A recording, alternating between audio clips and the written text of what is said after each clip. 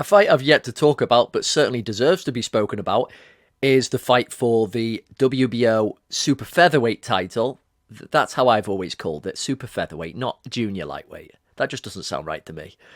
Between Emanuel Navarrete and Robson Conceição. It was on the undercard of that horrendous Shakur Stevenson fight against Los Santos. Have you seen this? There's there's supposed highlights of that fight, and the video lasts about 2 minutes, and they can't even find one good exchange in a whole 36-minute fight. Just a terrible fight. So we basically got our main event before what was the official main event. And it was kind of your typical Navarrete fight in the sense that his power paid dividends again. It was a bit up and down.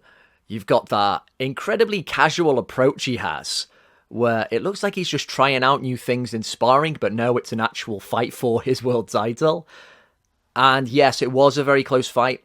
I don't agree with the whole robbery thing. People just, anytime you have a close fight, you're always going to hear robbery. Look, a robbery is when you can't make an argument for the other guy. In this case, I agreed with the draw. You can definitely make an argument for the draw. I had it 5 rounds to Navarrete, 7 to Conceição, who kept upsetting his rhythm. He kept not allowing him, he kept forcing him to reset with just simple straight punches. I think that extra size and physicality is offsetting some of Navarrete's usual physical advantages. Remember, he used to be champion at super bantamweight and was huge compared to people there. So here's my official scorecard. As you can see, Navarrete has those 2 knockdown rounds, crucial for him to retain his title. The second one was kind of weird, wasn't it? That body shot that just seemed to maybe catch Conceição at an awkward angle, but he crumbled. It's a knockdown. And the one before that, it's that left uppercut again that he disguises. He'll normally kind of show you the right hand and then just leap in with the left uppercut, which can come in at all kinds of different angles. And when scrolling through some YouTube comments, I heard some people say, look, all he's got is power. That's the only thing that bails him out. That's not true. These sneaky shots he can produce, the way he can mask his intent, he pieces together weird combinations, not textbook combinations. That is a gift if you're able to call upon that kind of intuition in a fight. Boxing is about rhythms, controlling the distance, and expecting a certain seesaw action with the punches. Navarrete just kind of makes it up as he goes along. You know certain things he does, but they tend to come in different ways. He's got a very relaxed way of throwing the punches. There's like no tension in the shoulders. He is a very difficult guy to read. If you're only seeing power, you know, I wouldn't want you in my corner if I was the fighter and you're my coach. And those sneaky punches that he is able to produce, that he consistently does produce, is one of the big reasons I wouldn't completely count him out against Shakur Stevenson if they ever fight.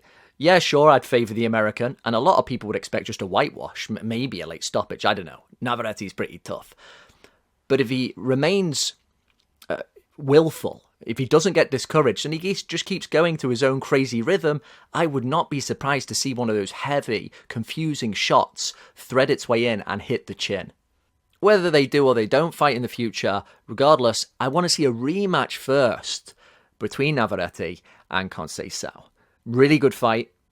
Both had a right to feel that they won, but it was just all respect after the final bell. They both seem willing to give each other a rematch. And for Conceição, a guy who's been unfortunate in the past, who probably deserved to get the victory over Oscar Valdez, this gives him another chance. What is he, 35? Gives the old guy another chance at a shot at glory.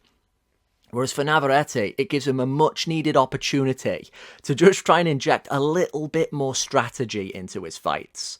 I just thought he was too casual with his approach. I know that's kind of his modus operandi, it's how he usually goes about things. But considering how often he was forced to reset, you think, look, just go on a little walk around the ring first, scout out a new angle, then get back to work. Don't just keep casually marching up, going, you know, I'll just wing it, I'll wing it. We need a little bit more of a strategy here to mould a guy who's clearly got more to give, who's got more reserves. Look at round 11. That was a few flurries off from being perhaps another 10-8 round. It was Conceição who was showing distress signals. He was finding it tough in there. Navarrete is the younger, stronger guy who should, if there is a rematch, make that a little bit clearer. I'm interested to see how you scored that fight, so yeah, sure, give me your scorecards. Tell me perhaps where you disagreed with mine. But don't start talking to me about robberies. I'm probably going to do a video about that, trying to draw the line. What is a robbery, legitimately, and what is just in the realm of a close fight? Do you want to see the rematch? For me, it makes a lot of sense. Has it changed your opinion of it all, of how Navarrete would do against Stevenson? Do you feel it just still get absolutely battered? And let's all just tip our big cowboy hats to Vaquero and Conceição for producing a tremendous fight.